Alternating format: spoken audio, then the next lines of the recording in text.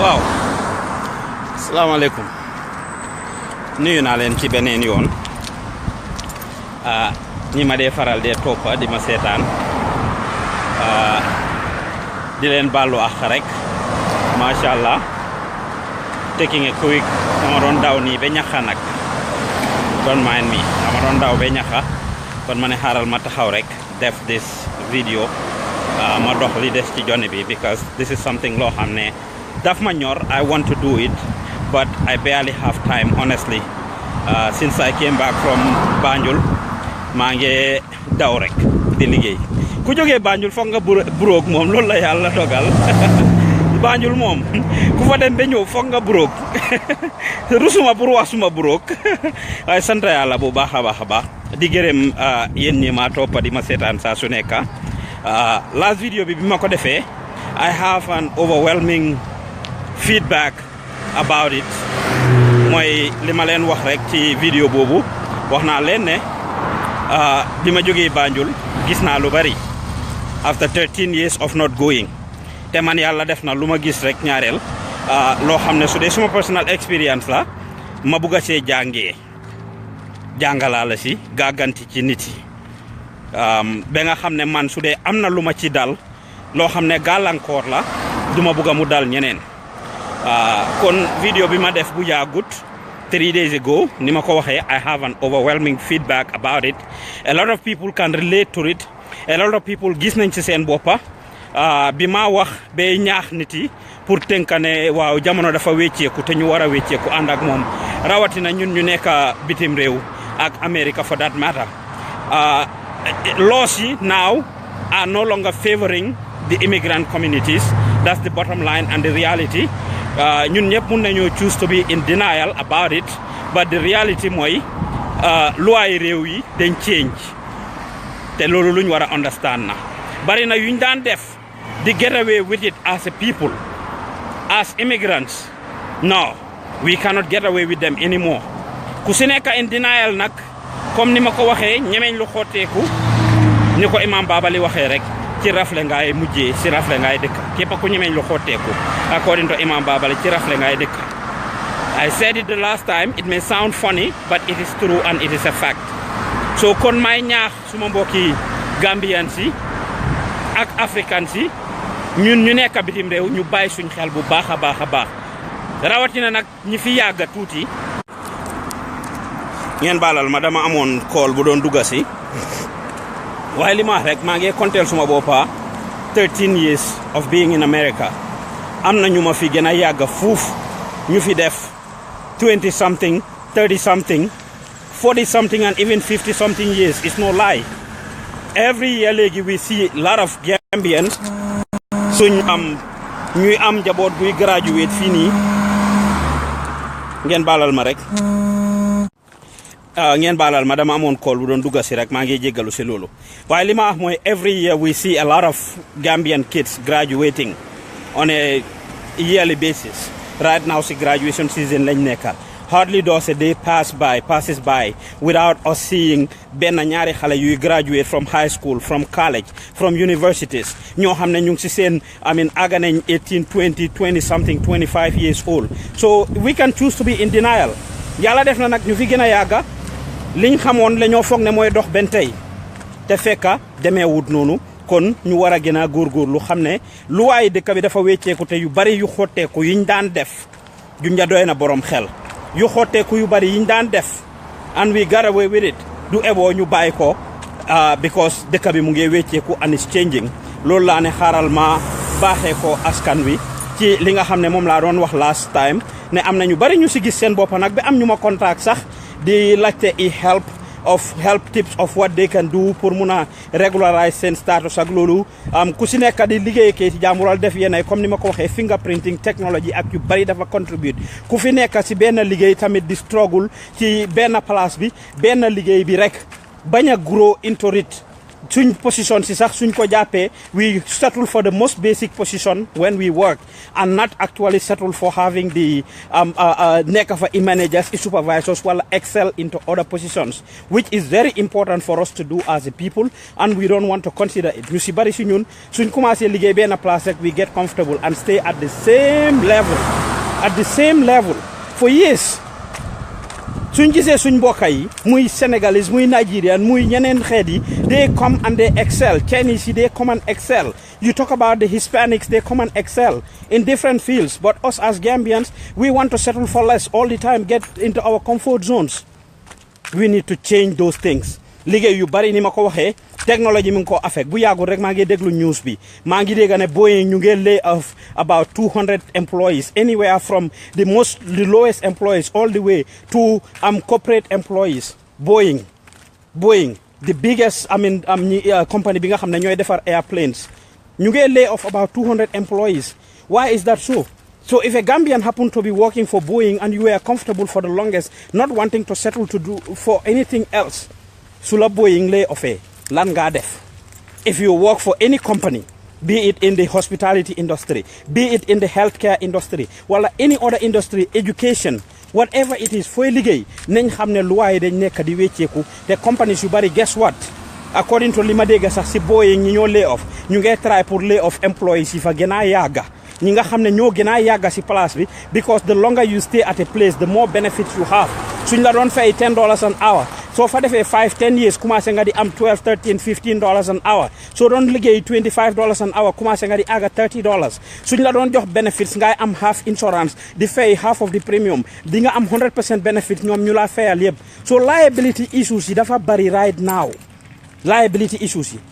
right now ba tax companies yi di change so they would rather get rid of ñi gën a yàgga si liggéeykaay yi nga xam ne they will hire new people pay them less and give them less benefits kon su ma génnee si loolu ni ma leen ko waxee rek yéen ñii door a dugga si dama doon exercise nii dama doon daw nag ku ma bugg a songa rek ñëwal ñu doxal bem nice dama dee daw dama exercise di def bem baax because dama dee toog lu bari a lot of suma liggéey si toog la so what anyway su loolu passé ma ñëw si li ma waxtaanee tey ne affaire immigration am na ñu ma contact ma boole leen képp ku nekk America you need an immigration lawyer ku mel ni Bakary Konte nekk fii nii search him out Bakary F Konte on Facebook he's in Seattle he's a good immigration lawyer lawyer Sadio Barrow in Wisconsin he's a good immigration lawyer he will be able to help you with a lot of things so nañ jàppalante ñu support what is our own contact those people and they will be able to help you saajal Sadio Barrow on Facebook wala nga saaj Bakary F Konte on Facebook even if you don't want to deal with me it's fine ñoom dinañ la jox directly they will be able to help you if you don't have your immigration status taken care of they might be able to help you ay Gambians lañ and immigration lawyers lañ su loolu weesoo tey ma dugga si the disconnect between the Gambians here and the Gambians back home waaw it's been less than 2 weeks ba tey ji yàlla def na suñ ma tegalee maalo sax ma ne testut comme bu Banjul nen testut comme bu Banjul afra testut comme bu Banjul waaw because maa ngi dunda Banjul ba tey bi ma ñëwee ba tey loolu la yàlla dogal man maa demoon Banjul loolu la yàlla dogal now all jokes aside I see honestly a big disconnect between us Gambians in the diaspora and the Gambians back home ñu nekk back home they feel like Gambians yu nekk ci diaspora bi and I've spoken to a lot of people dañ foog ne ñoo moom Gambia we can be in denial nag but I'm saying based on the little research that I did and conversations I have with folks back home even including this issue of the new Gambia that we are claiming that we are taking a lot of credit for yes Gambians back home am na si ñoo xam ne they take offense with seeing Gambians in the diaspora acting and thinking and behaving like we own the Gambia ku nekk contribution am dafa mata from the social to the cultural to the religious to the political atmosphere of the country ku nekk si ñun da nga am waar boo xam ne mën nga koo play am Gambians in the diaspora, are we playing a major role in the development of our country? I will say yes, especially from the economic perspective. a lot of xaalis buy dugga ci dëkk boobu noonu a lot of xaalis development yuy xew foofu noonu soo la cee ñaareel Gambians in the diaspora but then that doesn't mean that those on the ground are not doing it de I met people ñoo xam ne génnuñ demuñ fenn folks that I interacted with folks that I interviewed ñoo xam ne lépp luñ am lépp luñ mun lépp luñ xam thank God to the Gambia they haven't been anywhere else dañ dem ba tekki ba sotti ñu door a mun a commencé di génn si biti di dem di tukki di ñëw holidays America di dem holiday Angleterre di dem holiday Dubai ak China and all the other places Hawaii and all the other places that you and I would go or would want to go so for that reason those folks who earn their status back home would feel great offense and take great offense if you come and think ne yow yaa the savior for Gambia yow yaay the rescuer for Gambia without you Gambia is not gonna function leneen li ma wax mooy rumors yi ak fake news yi ñoo gis wala yi ñoo create about Gambia on a regular basis ñi ci diaspora bi why is this so a lot of people would say ne okay because we have time suñ nekkee liggéeykaay we are bored suñ nekkee suñ kër yi we are bored we barely spend time doing a lot of things nekka online lu duga lu nekka di round from the online radios to the online newspapers to Facebook to Twitter to Instagram to YouTube to Snapchat we live our lives ñu bari si ñun for the internet and partly it hurts those back home because dañ dee create lu bari si ñoom di leen jooj weeka li gaay di dunda ñu bari si ñoom I had the opportunity to talk to a lot of people who didn't speak up who didn't talk who didn't say a lot of things during the former regime who have been castigated who have been called names and honestly if we know some of the conditions that those people had to go through to survive Monday for the longest during Yaya Jammeh's time I have said it over and over and I still stand by my words whenever we had our shows when critical situations happened in the country where it was expected for people to do something whilst others would instigate and call on those back home to actually start violence to do other things whenever we did our shows the record are there go and watch it suñ lu tax Gambia du dem show go and watch it I encourage everybody to stay back home because man duma doon génn di dem di jël some of those risks to do it and therefore I would not encourage anybody to have done those things those days so talking to some of these folks back home they tell you like Madam GRTS, for example, even interviewing those young ladies and guys who actually read the news on the TV and stuff, we've heard some of the things that they said. So on a yena environment, if you find yourself in them, you cannot do any better than what they did. So after explaining their stories to me, how they were able to manipulate and maneuver around the system just to be able to survive, I jambarling.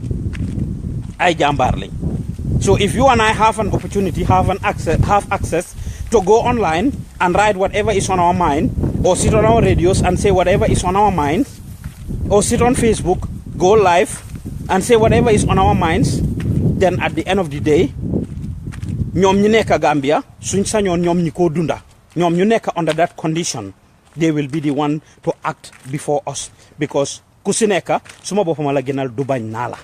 Fooguma ñun dinañ gën a bugga ñu nekk Banjul seen boppa by any means and I'm sharing this because I had the conversation with, like I said, several people. A lot of us are challenging and questioning why President Barrow and others would take those that were working in the previous regime, like his chief of protocol Alaji Cisse was the chief of protocol for Yaya Jammeh depuis ñun suñ time nag bi ñoo dem school long time. And a lot of other folks that he's brought in the administration. So is it that everybody that worked for Yaya Jammeh is actually a bad person? Is that what we are trying to say? Yes, they have watched and witnessed a lot of things that happened back then that they probably could have intervened in, that they could have probably said one or two things about. But the conditions that they found themselves in made it practically impossible for them to do so. bu yaagut rek when the St. Augustine's reunion was going on in Atlanta, I saw somebody that commented and said something about when Susan Wafa Ogu was giving an award to Banka Mane, that Banka should not interact with Susan. Like, for real? For real? Man, I believe in justice. I believe in anybody that has been victimized by the former regime, by the Yaya Jammeh regime, to be brought to book. Why, let's allow the law to take its course. It's not everybody that worked for Yaya Jammeh that was dirty. Neku ne kepa kuligalon Yaya Jammeh dafa tilim. Kepa kuligal Yaya Jammeh. Not everybody was dirty. Not everybody has blood in their hands. Not everybody committed economic crimes. So let's allow the law to take its course. Let's anybody that is guilty, nenko yobu tek ko linko wara tek, loi bi liko wara dal mu dal ko. Without any sympathy. But should we be able to reconcile? Yes. Should we be able to try to build our nation and do a lot of things? Yes. So ak no munti demé dañ tollu fo xamné suñ dekay dafa fragile and we have to work hard. A lot of the things honestly niko ga yaga waxe we see it online. So neke on the ground in Banjul unless nga duga social media you won't see anything. Lolu mu ngi Banjul be tay. Ngeen balal ma dama amone call bu dugas. Waye lolu mu ngi Banjul ben tay. Wow. Ne yu xew bari yu xew yi ñoo gis social media is very much out of touch with the realities on the ground that the average Gambian person is living and dreaming of. Ñu bari ñu nekk Banjul suñ xey ñu ngi daw di dogo dang dem seen office yi dem seen business yi dem seen tool yi dem different places. Dëkk bi neexu de dafa cher. Banjul dafa cher is very expensive. So pour nga survive fa léegi foogotuma ñu bari dinañ toog ne dañoo depend on ki nekk bitim réew pour yow nga toppatoo leen 100% wala benn pa wala benn sista bu nekk foofu di liggéey pour kooku toppatoo la because it ain't gonna work. Du dox kenn mënut laa toppatoo sa soxla yëpp. So koo gis mu ngi rabaraba in one way or the other. Day before Tobaski, Korite Kon, I had the opportunity to go to Serekunda market and carry out some interviews there. Billahi, yàlla dafa def interview bi ma dem mu crash. But if you see young Gambian men and women struggling at the market, you see the whole family coming out, talk, pour jàppalante di jaay si wanteer bi foofu Serekunda marché. You will be surprised. You will be surprised. Waxuma ne ba tey nag people are not relying on those in the diaspora. Waxuma ne people are not thinking that those in the diaspora bi da nga am pour tukki pour make ko. Am na some people that have that mentality. But even with that, tooguñ xale yu ndaw from different places, different backgrounds, nga gis leen ñu jóg jëlal seen bopp seen own initiatives to actually get in the market and start raba-raba. Seen own raba-raba. Maa ngi mit yéena booy badi bu foofu noonu soo leen gisee seen speaker lañ amee di wax they were talking nga dégga xale booy bi ne jutu naya i fango fuware ya ala le kawo sabu ma bari jutu naya i fango le kawo si fanna mu ngi wax di encourage people bi ne leen kaay leen ngeen jàppale ñu ñun we are young people just trying and struggling bëggu ñoo toog di depend si anybody moo tax ñu ñëw si wanteer bi nii di def suñ biir kaay leen ngeen jàppale ñu because li moo wax si soose mooy ne xeeblu sa boppa yaa koy teg waaye ñàkk moom yàlla moo koy teg ni so ñoom ñu ngi góorgóorlu bu leen kenn xeeb and you can see people coming to them and patronizing them ma dem si beneen side gis yéen a cepe ñu ngi jaay jewelry ak other stuff cepe yi day before Tobaski laa wax ni de ñu ngi play seen music di ko raba-raba next dootu tête-à-tête ñoom ak sénégalais yi ma am benn jànq bu ma mit mu ne ma moom daf doon jaay lekka si bunti marché bi place bi fi mu am place léegi lekka la fa doon jaay di xëy di tooga ndéwoo di ko teg foofu eventually borom boutique bi di génn mu jël place bi commencé di fa jaay amin ndéwoo ba mu yàgga mu commencé di jëndantu bagage xale bu jigéen dama tese moom si marché bi mu ngi enu ay bags now she is very successful jaayatut lekka mu ngi amee boutique am doing a lot of things Madam si Imam Babali mu explain ma story of a guy that he helped, gave him $1,500 is kooku dem jënd few saako këriñ pour jaay këriñ because Banjul léegi almost kenn toogeetut mata few saako këriñ kooku dem amin jënda mu ne ko after sa third trip nga fay ma after the second trip la ko kooku fay $1,500 am ba continue di def mbiram and that guy now owns a store bu yàggul nii la ko kooku ñëw indil his zakayam bi asakam bi bu yàggul nii la ko génnee ñoo jox ko So people in Banjul tooguñ ñu bari tooguñ. It can be very hard and disturbing, but mooy loolu. So I can say there is a big disconnect. A lot of times we go by what we see on social media, what we see on Facebook is very different. It's very different. This animosity, this tribalism issue we are talking about on a daily basis, diggante tribes. Honestly, it doesn't exist. Farafenye gi ma jógee dem naa foofu noonu bi ma àggee def naa vidéo Farafenye suñ kër def vidéo Farafenye wan leen kër biñ jàkkaar lool muy kër yaa Jamil Jallow Paul dama dugg si kër yooyu yëpp dem nuyoo ji ñu embrace ma li ma fa bàyyi woon moo fa nekk ba tey yaa Jamil Jallow këram ak suñ këra opposite Farafenye dem Kamarakunda Socé nga jógee Kamarakunda dem Dibakunda Socé jógee Dibakunda dem Joolakunda ñuñ ko ooyee ñun ñooy kër faana yi nga jógee fa dem Samakunda nga jógee fa dem Jeen Kunda kër pa Yusufa Jeen séeréel opposite ak kër pa Mamadi Socé këri poli ñu fa kër ñoom pa Ousman Joof Papi Maba Jaxu you can see Papi Maba Jaxu seen kër so lii happened in Banjul it doesn't happen for the most part. To tell you the truth, the hate talk and the preaching that we are doing about this tribalism issue, not at the grassroots level. Nekana combo the same thing, interacting with people on a daily basis. Different hate. Gisuma fa that talk. I Jola, I Socé, I Wolof, I Pol, the under the Mengo, the def you body. But if you come online, you will be tempted. Kepa kuy Socé, so come online, you will be tempted to hate Jolas. Kepa kuy Jola, so come online, you will be tempted to hate Socés. Kepa kuy Olof, so come online, you will be tempted to hate Socés. Nyunko in the between Khalifa, Lawyer Dabo, Yaya Jammeh. These are the three people that we are comparing that are dividing our country recently. Supporters yi ñu ne Olof yi ñooy support Halifa Sallah. So all of you living lane. You come and cuss all the Olofs out because of Halifa Sallah. The same thing. Because of Lawyer Dabo. You come and cuss out all the Mandinkas because of Lawyer Dabo. Obviously, you will anger all the Mandinkas. All the Mandinkas. Because of Yaya Jammeh, you come and cuss out all the Jolas. You will anger every Jola. Every Jola, dinko merlo. So, Lino Dunda Lucy Bari online. There's a big disconnect. And folks back home are hating us for this. We can choose to believe it or not. A lot of folks back home. I'm now conversation with people that share that notion. That a lot of people in the diaspora, dañ fogg na ñoo mom Banjul. Li biñ mako wax ki mako wax man time bobu li yeb xewangut. Time bobu about a year and a half ago, la mako nit ñaka wax from Banjul. Ne ma yeen da ngeen na tok leen fofu. Munama ni Yaya Jammeh bota jam be ñoo faala ñi banko kanne dinañ reyante fi ñu nak yeen because yeen ñi ci diaspora bi yeen nga fogg na yeen mom Gambia yefi dafa change rek param ngeen ñew take over suñu dekk bi ñun ñu nekk fi di struggle on a daily basis ñu ngi dunda some critical situations xamu leen lu ñoo dunda su ngeen bëggee ñoo put ñu under certain things ngeen fogg na yeen da ngeen na ñew rek take over suñu dekk bi nonu yeen ngeen nak seen bop outright non la mako koku waxe won ci jamono joju. A lot of people have that notion, have that belief.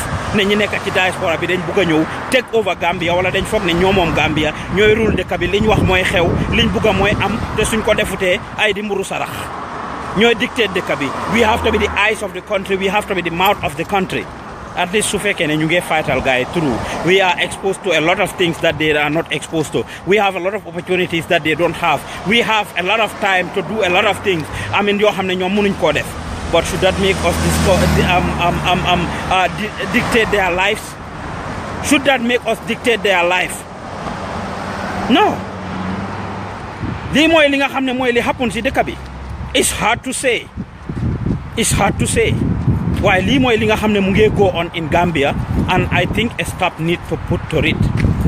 Ku si nekk si ñun nag, we can live that life, we can have that belief ne ñun ñoo tax Gambia di dem ñun ñoo tax lifin bi barki de Mbo Njaay rek bu président Barrow di def interviews with the Gambian journalists si Sirif moom ak Sirif Bojang Sirif laaj na ko that question and he said the diaspora and the online social media are playing a major role. They serve as a significant partner in the development of the country, but that doesn't mean we own the country. Su dara xewee, even if we don't control the narrative, we get mad. If something happens in the Gambia and we are not in control of the narratives, we are not in charge of the narrative, we get mad. Ñu mer commencé di yekal borom fu mu bokkut di def lu bari di lebel boromam. Every day something new trends among the Gambian community. Loo xam ne dañ ko war a tuub. Ñoo xam ne dañoo dégg rek param ne mata gi damm na param. And the most recent example mooy last week bi ñoo wax fii ne the minister dafa sëy ak xale bu jigéen a middle school dropout, a grade 9 dropout la sëyal. That's what we talked about.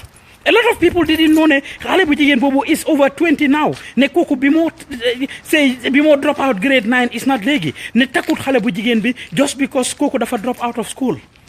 So when we hear stuff, everybody puts out their 2 cents and starts to analyze things. Every one of us becomes an expert all of a sudden. Every one of us becomes an expert all of a sudden. Te lii luñ war a bàyyi xel la. Naka lañ mujjee biñ demee ba find out ñenn ñi feel too big pour even apologize. Ñu jógee foofu Mai Fatty sign this contract, $48 million contract for the forensic lab. A lot of us condemn it. A lot of us talk and said all kinds of mess. All kinds of mess. Little did we know that was a grant to the country. Ne loolu grant la to the country. It's not something loo xam ne dañ ko dañ dafa cost Gambia anything. Ngeen baalal ma rek ma jël suma mail si.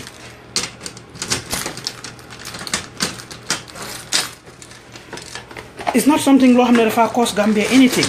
waaye ñu bari si ñun commencé nañ di put status is not a priority. Health care am nañ education xoolal lopitaan yi xoolal school si xoolal lii xoolal lële lu nekk ñu bugg a xooloo nguur ginnaaw soo dañ ñoo may xaalis léegi ñu bañ ne duñ jël xaalis boobu dañ ñoo may xaalis léegi an ñu bañ ne duñ jël xaalis boobu. Yes ma'am, how are you? I will come back and talk to you. You need me? I just wanted to tell you about the 160 that's still owed. Okay, I will come back to you and talk to you, yeah. Ngeen baalal ma rek. But it's very important for us to pay attention to these things. Just because you don't know, just because you have time in your hands, or just because gis nga one status rek should not make you jump. Just because gis nga Mai Fatty binda ne jox nañ Gambia $48 million and you don't know how it goes, you don't know how it works and stuff, you want to just jump and start giving your expertise analysis. It doesn't work like that. It doesn't work like that. We need to be a lot more responsible before we start putting things out there about the Gambia, before we start to condemn. Beneen bu xew bi ma nekkee foofu loo xam ne dama ko witness kenn nettaliwu ma ko mooy dem saying ne président Barrow dafa daanu rap si julleekaay bi. I've said this, def naa ci vidéo pour condemn loolu ne amut because dama nekk foofu si julleekaay bi président Barrow di ñëw ba bi moo ñibbi less than 2 meters, less than a meter suma digganteeg président Barrow. We can be critical of the government if we want. We need to hold them accountable and responsible, but at least let's do it in a responsible way. Let us be realistic about it. Buñ toog di yaaxaturi réew mi noonu ci nii rek buñ toog di yaaxaturi government bi si nii rek lu ñoo wax let's follow due diligence. Let's hold them accountable through. They are our government and they need to talk to us. President Barrow been quiet for the longest. Génn na finally am interview with the Gambian local media. Man bi ma fa nekkee nii am na request na pour am ak moom interview. I was going to be granted a spot to interview him. Bi ma waxee kii nii protocol bi laa call chief of protocol bi Alaaji Cissé and he actually referred me to naka Ami Bojang si soxo pour ma wax ak moom. Bi ma callee Ami Bojang mu jox ma her email and led me through the process of what I needed to do, and she was gonna grant me a date. which was the 27th, the same day bim grant nini yeb. But guess what? I had to come back before then. Mota awma opportunity pour interview ko. This is a step in the right direction. You bari yo xamne amuñ won opportunity pour def ko time President Jammeh. We are having that opportunity now. Demna Banjul freely had encounters with the police, with the immigration officers right at the airport because of video bobu. Madef, that young guy that was being deported, my follow story bobu nono. Why eventually muje would fence to fake on the time ya jamela. Ndekon lock nañ ma ob bu yaga wala NIA lay dem fanani kerak. Ndekon NIA lay dem fanani kerak. But unfortunately, it didn't happen. Unfortunately, it didn't happen. So kon dañ wara buy suñ health yu bare. Little do we know ne suñ posté negative stuff about the Gambia ñu ngi yaaxa suñ boppa di yaaxa suñ dëkka because if somebody wanted to invest in the Gambia si loo xam ne investment boo xam ne suñ ko defoon mun na maa njëriñ man directly wala mu njëriñ la yow directly wala mu njëriñ sa family xamuloo in any sector. It could be in the energy sector, it could be in the education sector, it could be in agriculture, it could be in technology or any area. Nit buga dem fofu nonu. Them online, Google something. Seriously, whenever you go to Google, you Google Gambia, one of the first stories you see is Panderimbai stories. Panderimbai stories. Most of which are very negative towards the country.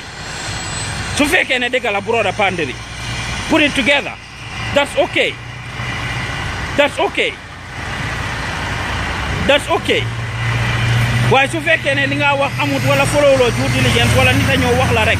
Sometimes people create, just like who create this issue President Barrow daf don daanu rap. Lolu ku ko create.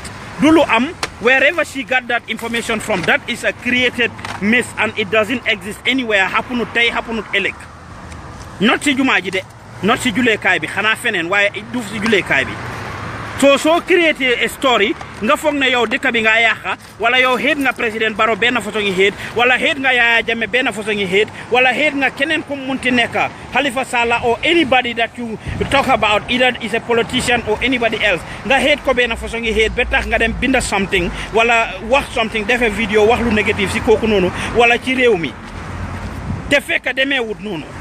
At the end of the day, lan moy happen koku su demone pour invest Gambia, maybe company bi mo ibi fofu, maybe business bu mo def fofu nonu dina fa muna hire sumaraka, dina fa muna hire yow sa jarbat, dina fa muna hire kenen ki setan magam wala sa uncle wala sa papa wala sa yaay wala suma papa wala suma yaay. It doesn't matter who it is, but at least su fekkee ne bokkulok boromam directly sax, it could be your neighbor that could have been bothering you and bugging you pour nga yónnee ko benn $50 benn $100 or whatsoever. Waaye boromam su demee ba am liggéeyi boppam boo xam ne somebody hired them was going to open a company in the Gambia, but because of negative stuff they see about the company, they refuse to do so.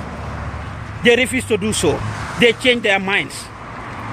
Kon nañ leen bàyyi xel the negative stuff that we insinuate, the negative stuff that we create, the negative stuff that we talk about the Gambia, and it doesn't exist. Lu xew nag nañ ko waxtaanee.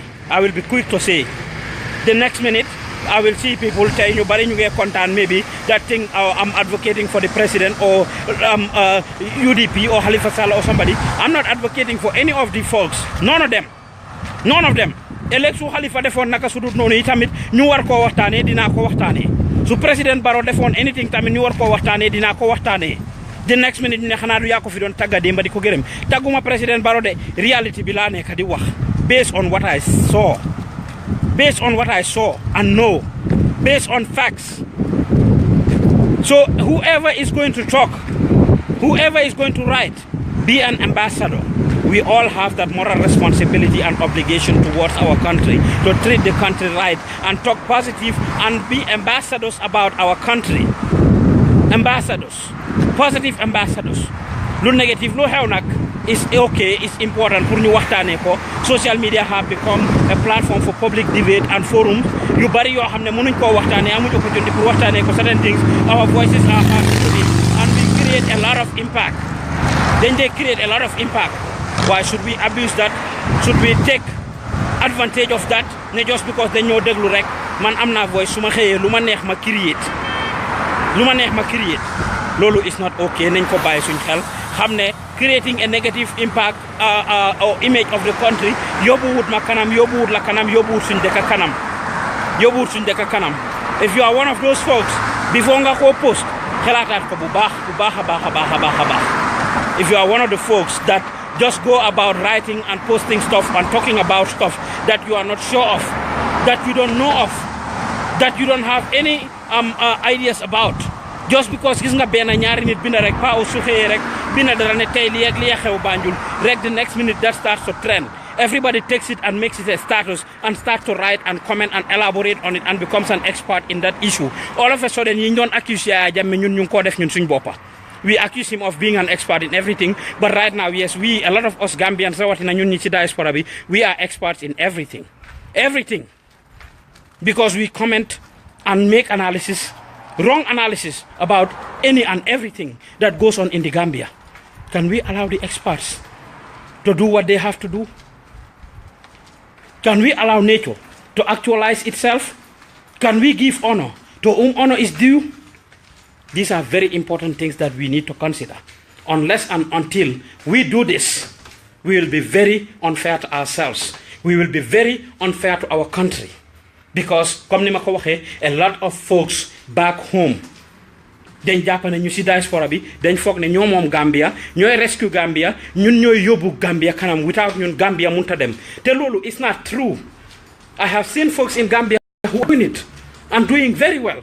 Folks who are capable enough to take the country to where it needs to be, to run any position back in the country.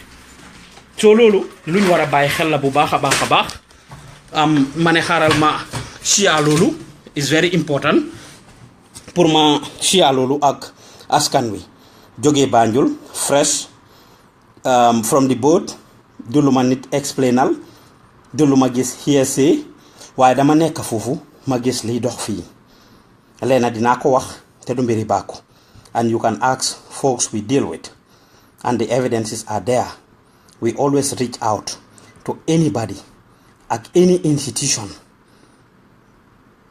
any parastatal boo xam ne something is said about them and it needs to be cleared. Dinañ reach out to yow des na si yow ndax bugga ngaa clear o buggulooy clear ndax bugga ngaa wax ndax buggulooy wax waaye jamono ji ñu toll nii kenn mënut koo escape jamono Yaya Jammeh jeex na si Gambia du ñëwaat mukk lu Gambian si nangu ona Yaya Jammeh duñ ko nanguwaat mukk so képp ku toog foog ne yow individually wala a group of people thinking ne ñoom ñoo moom Gambia wala can take Gambia to wherever ñu ngee nax suñ bopp. It's not going to happen because Gambians are not going to allow it anymore. From those back home to those here nag nobody has monopoly, nobody owns the country, nobody can national cake. So kon suñ best bet mooy ñu jéem a seet naka la ñoo def ba yóbbu dëkk bi kanam together barki démba laa jógee binda a story about Latirka ak jabaram Mina Jallow them coming up with this initiative of coming up with the chop shop factory, food factory in the Gambia where they'll be producing food that is well packaged, very neat. Bi ma ñëwee Gambia dem Sénégal ma gis homemade stuff càkkri yi nga xam ne Sénégalais yi ñu ngi ko defar ma jënda Touba càkkri ma gis niñ ko lébalee ak niñ ko brandé ma gis yu bari even before ma dem Banjul bi ma ñëwee bi ma nekkee Amérique fii ma dem si stores yi gis bagages yi jógee Banjul niñ ko dee packagé su wonje jógee Banjul wala nga am kawa wala anything lu jógee Banjul nga gis niñ ko packagé wala mbaxal yi sax wi fulaaluñ ko farataaluñ ko nga gis lu jógee Sénégal naka la packaging bi dee niitee naka la dee setee is equivalent to international standards. Is equivalent to international standards. Niñ ko packagé mun nañ koo jaayee anywhere waaye ñun Gambia mediocre ba tax ne containers yu dee jógee Banjul sax di indi lekk yu si bari dañ ko commencé di intersect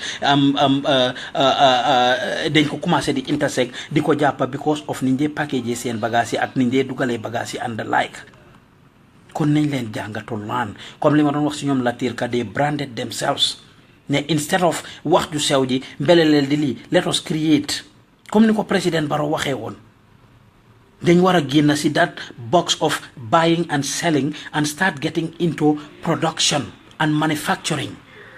How many stuff does Gambia manufactures? Lan la Gambia dey manufacture?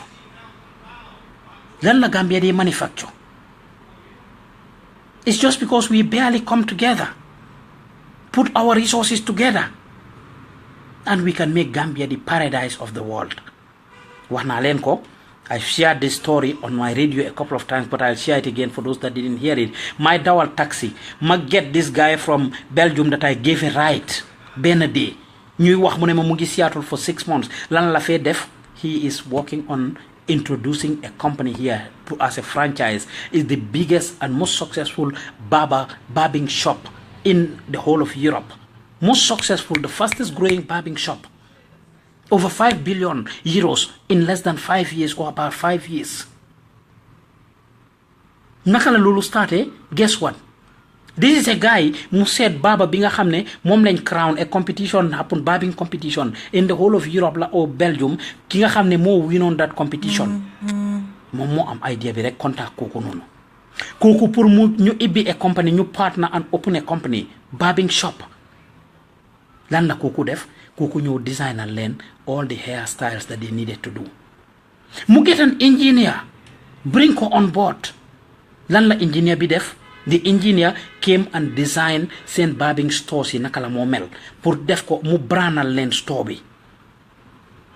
Comme America for them, Walmart, all the Walmarts look the same. Sam's Club, all the Sam's Club, they carry the same things, they look the same, even designs yi. Nga dem McDonald's, they look the same. Anywhere you go, big companies yi ñu brand seen boppa nga am engineer bi mu ñëw designer leen seen barbing shops yi naka la war a mel across the world including yi ñu doon build America fii. Am nga baba bi am nga engineer bi. Guess who the next person was that they brought on board?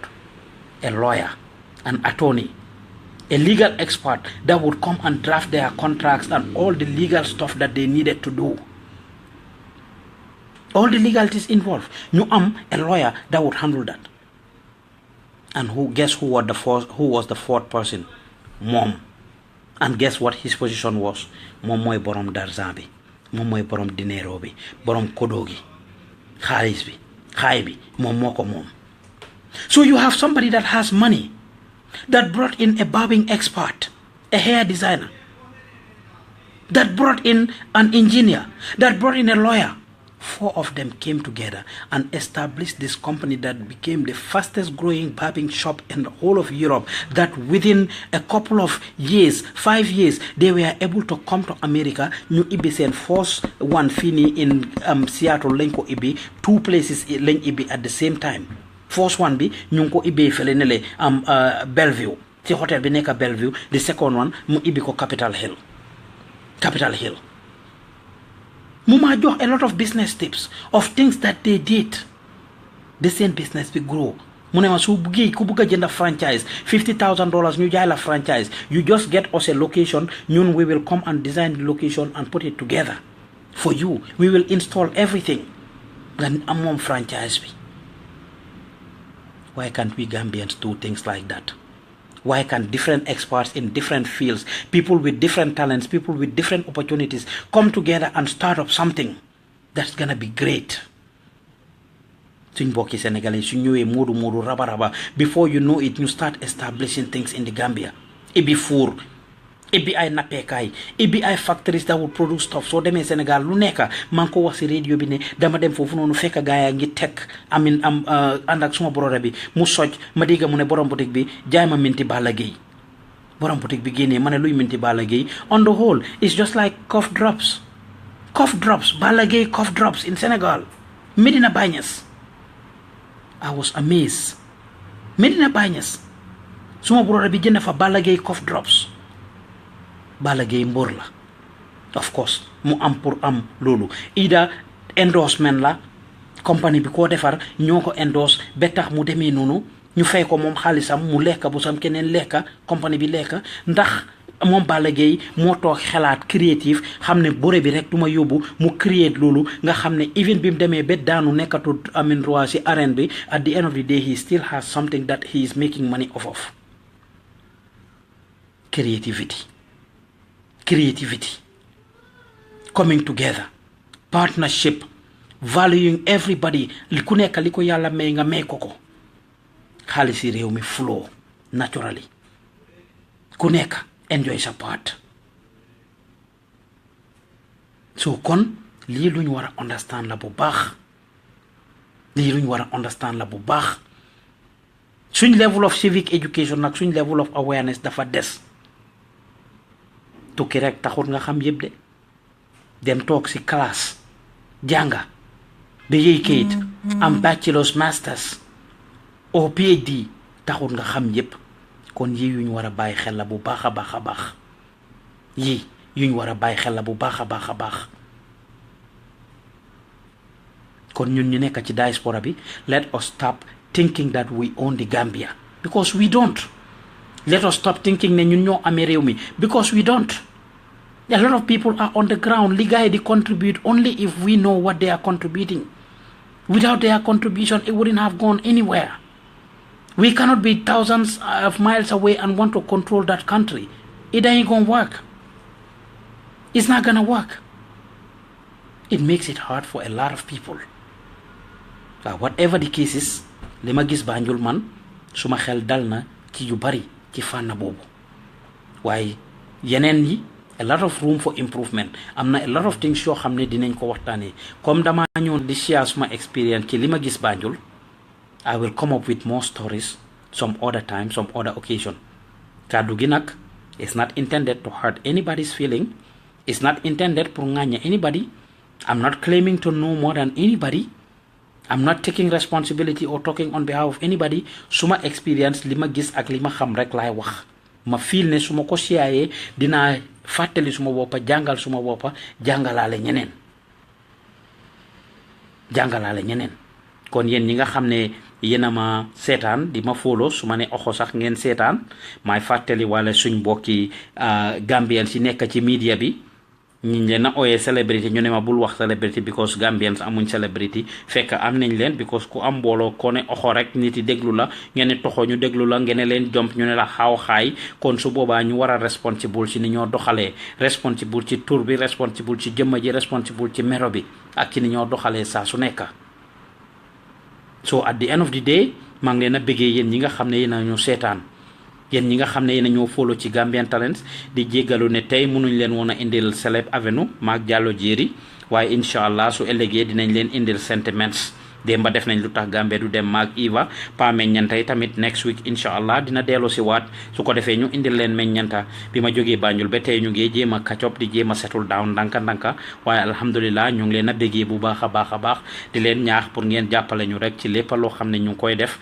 ñu jàppale wante ñu ni neen buñ di seetaan nit mu struggle ba dee before ñu koo jàppale bari na si suñ biir ñoo xam ne dangaa mun a defal nit dara to change the person's life in a more positive way nga bañ koo def nga xaar ba boromam dem ba soxlaatu ndimbal nga bugg koo dimbale wala mu dem ba passé redemption te yii def dee xappun even su si nu feebaree ñu war koo mun a dimbale duñ ko def ba boromam dee ñu door koo ne dañ ko ba boromam feebaram bi dem ba jéggi dayoo munatut a faju ñuy spend millions of dollars or hundreds of thousands of dollars wala thousands and thousands of dollars pour jéem a faj boromam te fekk waroon nañ koo mun a def boromam ci bim tolloo ci am very early age waroon nañ koo mun a def but we don't normally do that wala ñu xaar ba boromam dee ñu commencé di share suñ pictures yi ay moom ni ma ko buggee maa ko defal lii maa ko defal lele mooy suma lii mooy suma lele te fekk we should have been able to help that person ci bi nga xamee ne mu ngi soxla ndimbal ñu waroon koo mun a dimbale waroon koo mun a jàppale waaye jàppale wante boobu lañ du def ñu dem ba boromam soxlaatut ndimbal wala koo xam ne mu ngi góorgóorlu di def dara in form of talents or other stuff muy suñ musician si suñ théâtre kat yi wala other people in the media or whatever they are doing ñu xaar ba boromam bàyyi ñu ne ndeysaan aka moo fi aayoon including sports aka moo mënoon a play football aka moo mënoon a def lii aka moo mënoon a def te fekk amoon nga di opportunity to make a difference in that person's life by sometimes not even giving out your own sudut xaalis sax by just pushing a button, by making a mere phone call, an ordinary phone call, by signing a document, by giving directives to somebody, or by talking to a family member or a friend or a colleague who might be able to do something, or by just sharing today social media, by just sharing that person's stuff. Why duñ ko dee def? su boromam dee nag wala su boromam bàyyee wala mu taay ci li moo def ñu commencé ne aka moo ayoon si lii aka moo munoon lii te fekk jàppale wuñ ko te mënoon nañ koo jàppale kon maa ngi leen a béggee bu baax a baax yéen ñi may seetaan yéen ñi may déglu kàddu yi li si rafet rek ci yàlla la li si ñaaw si ñun la dama doon jéem a fàttali suma bopp rek fàttali leen yéen ñi nga xam ne yéen a ngi seetaan bi mooy di part 2 of li ma gis Banjul incha allah dinaa ñëw with part 3 I will discuss them thematically on all the different issues yoo xam ne feel naa ne they want to be addressed they need to be talked about ci dëkk bi first one bi maa ngi ko defoon ci ñiy tukki amin ak suñu nekkee yóbbante yu bari yi ñoo joxante te duñ joxante dara ak ki ñoo jox yóbbante seetuloo yóbbante bi xamuloo lu si nekk ak the things that we do yoo xam ne dañ ko yàggaa def that foog ne it's okay te fekk jamono dafa changé ñu war a changé ànd ak moom jamono dafa wécceeku ñu war a wécceeku ànd ak moom ci loolu laa ko defoon bii nii ma waxtaanee si di disconnect between the Gambians back home and the Gambians in the diaspora kon su boobaa any other time bu ma amaat rek the slightest chance I will talk about other issues maa ngi leen a bëggee di leen gërëm di leen santa suba ngeen seetaan sentiments maak Jallow Jerry incha allah ñu wax leen ci mbëggeel jërëjëf